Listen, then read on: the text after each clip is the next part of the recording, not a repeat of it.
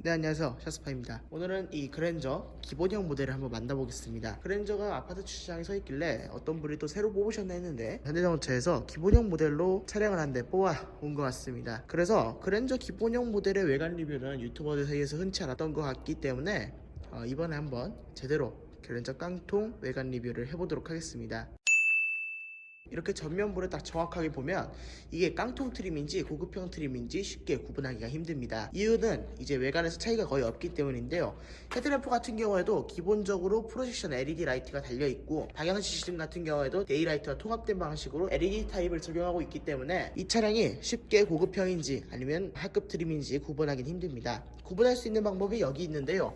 이쪽 같은 경우를 보시면 블랙 차량은 티가 거의 안 나겠지만 이 차량은 흰색이라서 이쪽에 반광 크롬이 적용되지 않는 것이 티가 납니다. 반광 크롬이 적용되지 않은 것이 의외로 그렇게 큰 차이로 여겨지진 않는데 그래도 저쪽에 블랙 플라스틱이 갑자기 뚝 들어가 있으니까 약간은 생뚱맞다는 느낌이 듭니다. 그 다음에 하단부에는 이렇게 유광으로 마련되어 있고요. 캘리그라피 트림 같은 경우에는 이 안쪽도 전부 다 반광 크롬을 처리를 해줬는데 프리미엄 트림이나 익스클루시브 트림 같은 경우에는 이쪽도 전부 유광으로 처리한 걸 볼 수 있습니다. 근데 유광으로 한다고 해서 디자인 자체의 마감이 이렇게 떨어져 보이진 않는 것이 특징인 것 같습니다. 디자인은 전반적으로 그냥 최상위 그랜저나 하위 트림 그랜저나 그렇게까지 큰 차이를 보여주지 않는 것이 장점인 것 같습니다. 기본형 그랜저도 꽤 괜찮다는 느낌이 듭니다. 휠 같은 경우에는 사이즈가 17인치짜리 휠이긴 하지만 디자인 자체가 살이 굉장히 많은 디자인으로 디자인되어 있어서 휠 자체가 그렇게까지 모자라 보인다는 느낌이 들진 않지만 크기가 작기 때문에 조금 휠하우스가 너무 넓어 보인다 이런 느낌은 듭니다. 그래서 측면부 라인을 보면 휠 빼고는 솔직히 다른 부분을 잘 모르겠습니다.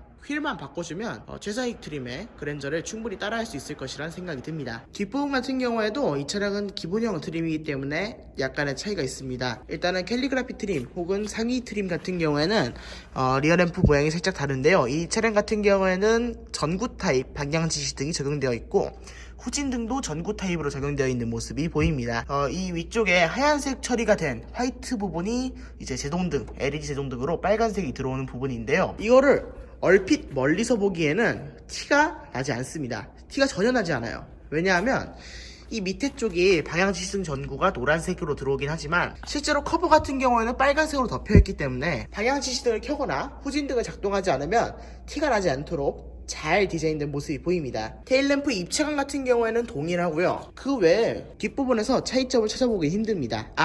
머플러가 약간 다른데요. 머플러 같은 경우에는 일단 실제로 뚫려있는 머플러인 건 동일하지만 세로줄이 없습니다. 세로줄이 탑재되지 않은, 그러니까 이거는 캘리그라피용 머플러가 탑재되지 않은 그런 모양이라고 볼 수 있겠습니다. 그리고 캘리그라피 트림 같은 경우에는 이쪽이 모두 반광 크롬이 들어가지만 지금 이 차량은 유광 크롬으로 반짝반짝하게 되어 있는 모습이지만 이 부분은 잘 티가 나지 않을 것 같습니다. 그 다음에 머플러 팁 같은 경우에는 이렇게 위에서 보게 되면 반사판이 머플러 크롬 위에 비쳐서 머플러가 약간 달궈진 듯한 그런 모습을 연출을 합니다. 네, 그랜저 기본형 어떻게 보셨나요? 이전에는 그랜저의 기본형과 기본형이 아닌 모델이 차이가 확 나는 것처럼 느껴졌지만 지금은 기본형도 디자인은 동일하게 탈만하게 만들어 놓은 것 같아서 이런 정책은 굉장히 훌륭한 것 같다는 생각이 듭니다. 그러면 지금까지 샤스파였습니다. 구독과 좋아요 부탁드립니다. 감사합니다.